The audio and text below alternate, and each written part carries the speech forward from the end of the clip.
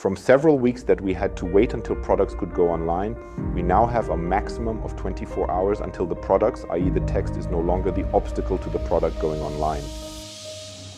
From this idea, we then at some point became aware of AX Semantics, who exactly do that, what we were doing internally, with a lot of Excel and a lot of manual work in an automatic process, which of course scales completely differently.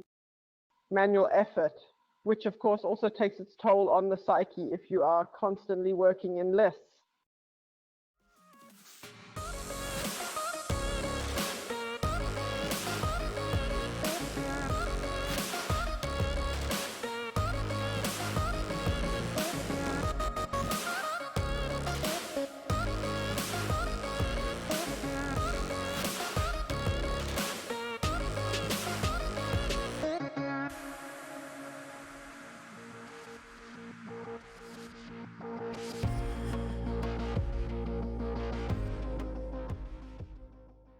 We automated high-quality content production for over 10,000 products in 27 different categories so far within 5 months, and managed to reduce my workload with 60%.